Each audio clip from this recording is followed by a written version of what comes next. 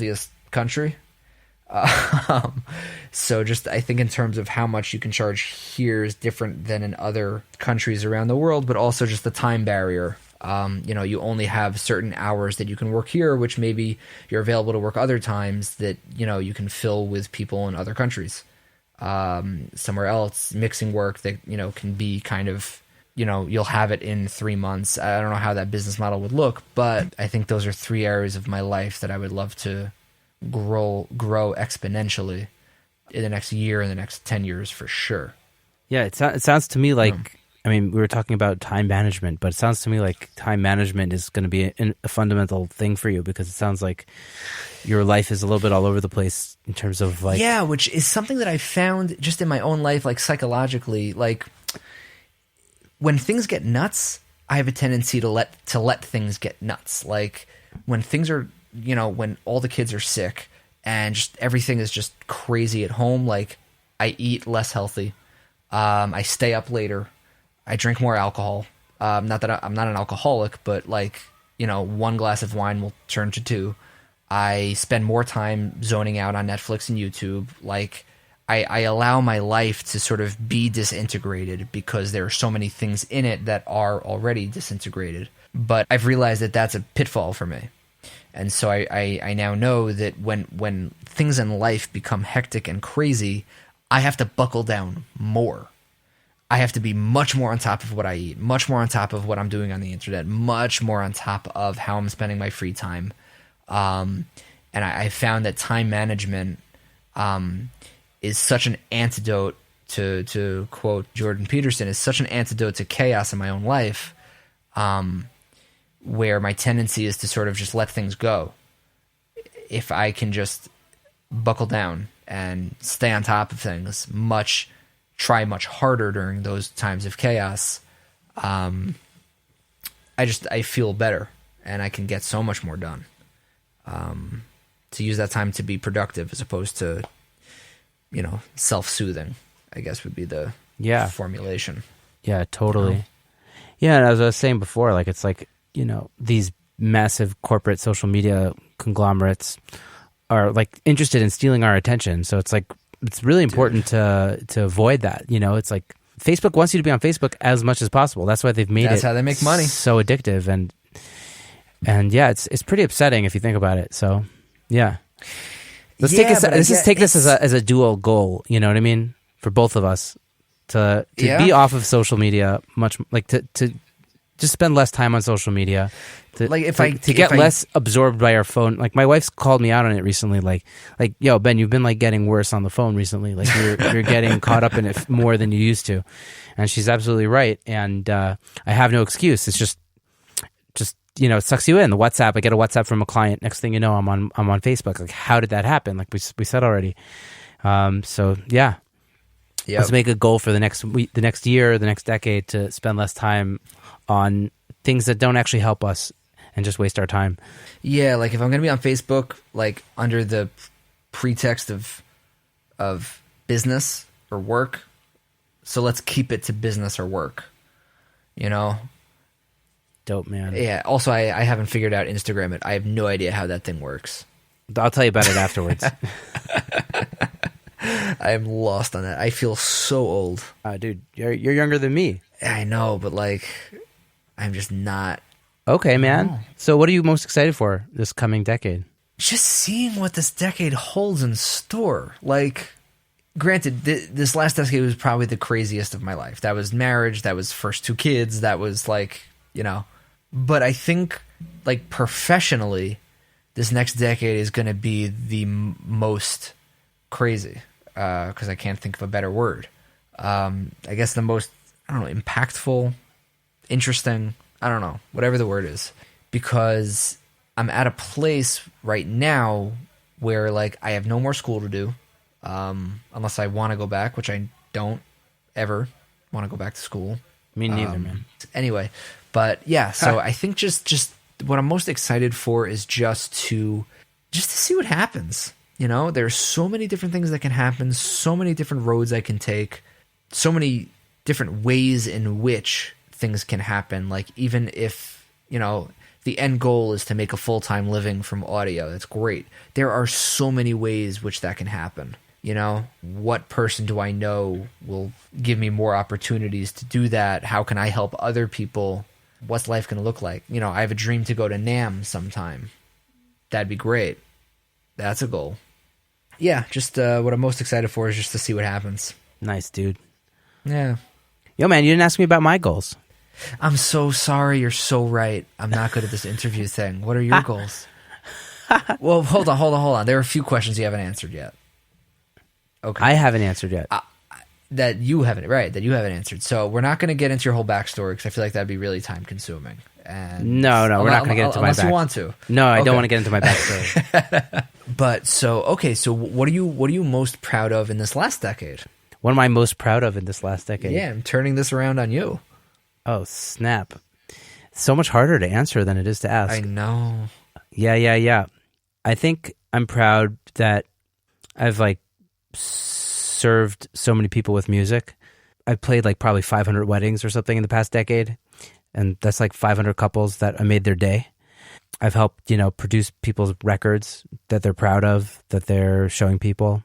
On a personal level, going on tour just now in Russia and Kazakhstan with Alex Clare was pretty mind-blowing. And it was cool, and I've learned a ton. Yeah, I mean, I'm proud that I've done what I've done, I guess, and I'm proud that what I've set myself up for. Also, moving forward. So moving forward, what are you most looking forward to? I don't know. I just want to keep doing what I'm doing. To be honest with you, it's people ask me what do you want? My goals are maybe too modest, and maybe that's a problem for me to they say people that have crazy goals get further than people who have modest goals, but my goals are pretty modest. I kind of want to be doing what I'm doing, but I think the quality of the artists I'm working with needs to go up. Overall, I need to be working on stronger material. I need to be charging more money. I need to be bringing home more money. With you. And figure out, make this work so I can also provide for my family and also continue doing what I love to do. So it's a balance, you know what I mean? We have one kid. Financially, it's not as easy as it was before that, obviously, and obviously we're really blessed and life is good. But yeah, I need to figure out how to make this work for the next decade. It's not going to be. It's not so simple to be in this field, and to be self-employed in Israel is even more difficult to be self-employed than other countries because of the way taxes works. And yeah, I don't like that. Yeah, it's rough. So I'm figuring it out slowly, but hopefully we'll stay. I've been in the game for a long time, to be honest. So I feel like I've persisted quite a bit. So I feel like I'm not quite done yet, and we'll figure things out. You know what I mean? I don't know, which was a cool eye-opening experience for me. Was I moved my studio 3 weeks ago? Was it 2 weeks ago? I don't even remember. Life is a blur at this point, but it was just so evident that I had to life with kids. Yeah, but it was okay. Me and my wife discussed not moving the studio in because we have a child, and who knows, and life is crazy, and our apartment's not that big.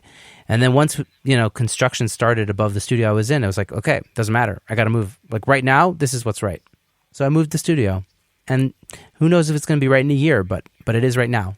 And I'm kind of okay with living in the moment a bit more and letting go and not being as stressed out about what things might be like, because who knows what they're going to be like. You know what I mean? I don't know.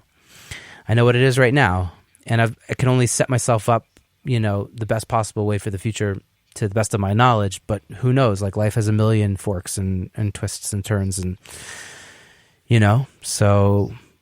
I'm excited to keep doing what I'm doing. I like what I do. I like my life. So I just want to keep, thank God. I want to just keep doing it, but do it better. You know what I mean? You know what I mean? I like what you do too. Thanks, dude. No problem. Yeah, hopefully we'll get a few more listeners on this podcast along the way. Has it been a challenge to sort of create more of that life-work balance now that you're working from home? Or is it there a very clear boundary with your wife and child? When I'm in the studio, I'm not here effectively. My work-life balance improved a lot a couple of years ago because I kind of made a point of doing it, and I'm much better at checking out of work than I used to be. For me, the problem is now that the studio's in the home, like once my son gets home from daycare, that's it. Like my day is done. So my day is just really short now. So I have to crunch a lot more in, and I'm still working on how to deal with that. I'm barely in this new stage. I'm like barely acquainted with it and what it's going to be like. And, work-life balance. I don't know. Maybe I'm not as good as I'm saying at work-life balance. Yeah, I mean, I told you at the beginning before we started recording, like, my family is a bigger goal for me than success in audio. Like, that's just where I'm at in my life. But, Right. So...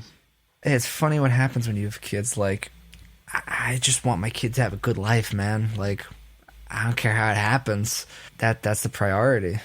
Yeah. I got to bring home that bacon. Well, when you have the kosher bacon. Yeah. There you go. Of course. Yeah. I mean, your life is no longer your own. Once you have a child, your life is theirs. So that completely shifts the balance. I guess we both want to be there for our kids, which is a good thing. That is a good thing. It's a good goal. Yeah, man. And who knows where the audio industry is going to even go? It's such a crazy industry. You know what I mean? Like, yeah. Things are changing all the time. Yeah, just think of the difference between 2010 audio industry and 2020. Totally different. Like, it's nuts. It's so much better now, actually, I think.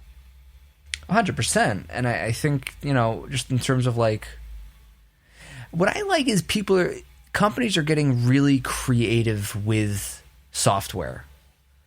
Like, you have a few companies that really like moved past this whole like EQ and compressor thing, and they are doing really creative things which allow you to do things which like before today were never possible.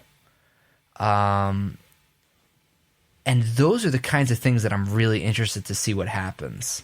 What's an example of a company like that? Like Sound Toys? Sound Toys, Synaptic is one that I just found. Also, FabFilter, I'm looking into buying their reverb because they have this really cool function. Are you familiar with their reverb? Only with the Pro Q, baby. So, which is incredible, and thank you so much for that recommendation. But their reverb is, you can basically, the GUI looks like the EQ GUI, but you can EQ the reverb, but you can also manipulate what the decay time is for. Basically, you can EQ the decay time of frequencies. Oh, cool. So essentially, if you want like the mid-range to last longer, then you can just bell curve up the mid-range, and you're not EQing out the low end and top end. They're just going to decay faster. That's awesome.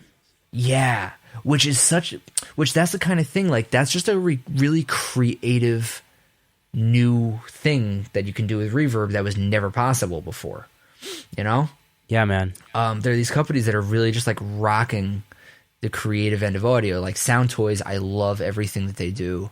FabFilters and Synaptic. I'm getting very tired of like analog modeled whatever. I used to be all over it, and now I'm like, I don't. There's nothing that this new model can do that I can't already do, and it's going to be some like slight sonic difference in some harmonic somewhere that I don't care about. Yeah, like, come on, really? Yeah. I don't care about my tools as much as I used to. I just do it. Yeah. I'm just using it, doing it, and I don't have time to think about it. Honestly, I'm just like, I hear you. I'm in the studio. I'm like, okay, I got to make this mix. Okay, this compressor usually works. Let's just do it. Bam, done. There you go. Like, yeah. that's it. Like, that's my thought process. I have like a bunch of auxiliary presets that I've saved. Like, oh, this is a nice reverb for this kind of thing. This is a nice reverb for this kind of thing. Exactly. They usually work. And if they don't work, then I'll find something. But usually, like 9.5 times out of 10, I'm done. Like, yeah, and like I have my go-tos. Like, I have my go-to reverb. Like, this is the first thing that I choose, and if this doesn't work, so then I can start to get a little creative. But like 9 times out of 10, this is going to work. I have my go-to, color EQ. And if that doesn't work, so then I'll go to something else. But 9 times out of 10, it's going to work. Which in a way kind of takes like the exploration out of it. But it just makes everything so much faster. And there is still time to explore, for things that either don't work or you have like certain projects that are, exploratory